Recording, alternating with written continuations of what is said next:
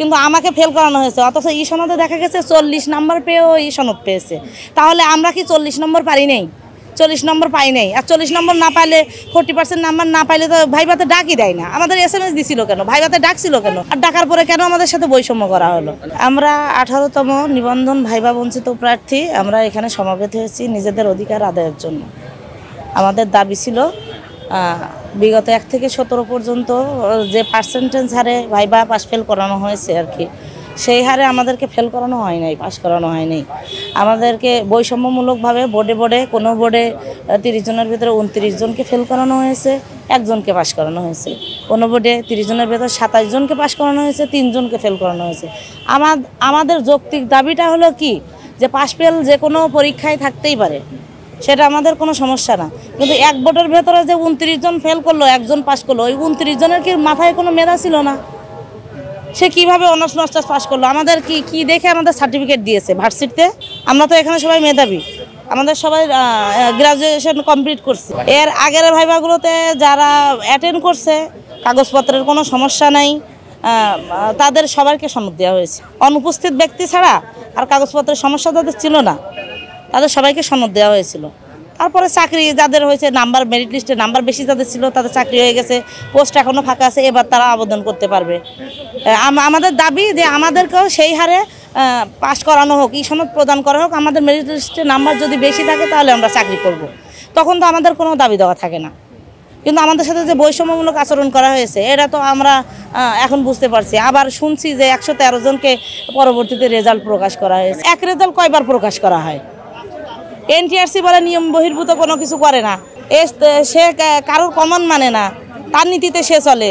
তাদের নীতিমালা তারাই নিজেরাই ভঙ্গ করে, তাহলে আমরা কেন মানবো? আমরা শিক্ষিত সমাজ, আমাদের কি যোগ্যতা নেই? আমরা এখানে অবস্থান করছি, আমরা শান্তিপূর্ণভাবে অবস্থান করছি। এর আগে আমরা 22 তারিখ সচিবালয়ের সামনে অবস্থান করছিলাম, সেখানে পুলিশ আমাদের ওপরে লাঠিচার্জ করে, গ্রেনেড হামলা করে, অনেকে পায়ে লাগছে, গ্রেনেড অবস্থা ভালো না, কারো পাও ভাঙছে, হাত ভাঙছে, ঢাকা মেডিকেলে ভর্তি আছে, অনেকে আটক করছিল। এই অবস্থা, আমাদের উপর টর্চার করা হয়েছে, আমাদের সাথে হাতাহাতি, মহিলা পুলিশ ছাড়াই মনে করেন আমাদেরকে ধস্তাধস্তি করছে আমাদের সাথে। এগুলো কিন্তু পুলিশ প্রশাসন ভালো করে নাই। এতদিন জানতাম পুলিশ প্রশাসন জনগণের বন্ধু, এটা কোন ধরনের বন্ধুত্ব? ওপরের হুকুম যতই থাক, আমরা তো কোনো সংঘর্ষ করি নাই, আমরা কেউ অস্ত্র নিয়ে আসি নাই রাস্তায়, আমরা কোনো হাতাহাতি করি নাই, মারামারি করি নাই, তাহলে আমাদের উপরে কেন টর্চার করা হয়েছিল? আচ্ছা, আপনাদের তো ফেল দেখানো হয়েছে, তাহলে পাস কিভাবে করাবে বা এই প্রসেসটা কিভাবে হতে পারে? আমাদের লিখিত নাম্বারের ভিত্তিতে পাস ই সনদ দেওয়া হয়েছে না, যারা পাস করছে তাদেরকে ই সনদ প্রদান করা হয়েছে। সেই ই সনদের সার্টিফিকেটে 1 থেকে 17তম পর্যন্ত ভাইবার একটা মার্ক যুক্ত থাকে, লিখিত নাম্বারের পাশে প্লাস দিয়ে ভাইবার একটা মার্ক যুক্ত থাকে। কিন্তু এবার ই সনদ প্রদান করা হয়েছে, সেই ভাইবার কোনো মার্ক ই সনদে যুক্ত হয় নাই। তাহলে আমাদেরকে এই ভাইবার মার্কের জন্যই ফেল করানো হয়েছে। আমাদেরকে লিখিত পরীক্ষার নাম্বার খুব ভালো ছিল, আমি 100% প্রশ্নের অ্যান্সার করেছি, আর সব প্রশ্নই আমার কমন ছিল। তা আমি সেখানে 65-70 আশা করতে পারি। ইতিহাস প্রভাষকের আমি ভাইবা দিয়েছি, কিন্তু আমাকে ফেল করানো হয়েছে, অথচ ই সনদে দেখা গেছে 40 নম্বর পেয়েও ই সনদ পেয়েছে। তাহলে আমরা কি 40 নম্বর পারি নাই?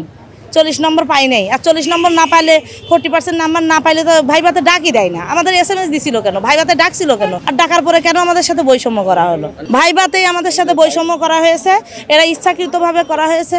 এখন আমরা এখানে সমাবেত হয়েছি, আমাদের ই সনদ প্রদান করা হোক। আমরা বিভিন্ন সচিবালয়ে যোগাযোগ করেছি, মন্ত্রণালয়ে যোগাযোগ করেছি, কিন্তু পুলিশ আমাদের কাজ স্বচ্ছভাবে করতে দিচ্ছে না। আমরা কোনো ফলপ্রসূ কোনো কিছু পাই নাই। হ্যাঁ, প্রসেসিং শেষের দিকে যাচ্ছে না, আমরা কোনো আইনগত ব্যবস্থা কোনো সেইভাবে নেই নাই, কিন্তু আমাদের সব কার্যক্রম রেডি আছে। কিন্তু আমরা আশায় আছি যে আমাদের NTRCর তরফ থেকে আমাদেরকে সুষ্ঠু একটা সমাধান প্রদান করবে, এই জন্য আমরা এখনো পর্যন্ত আইনগত সে অবশ্যই করব। যদি আমাদের কোনো আমরা ফলপ্রসূ যদি আশা যদি না পাই, আমরা অবশ্যই আইনি ব্যবস্থা নিব।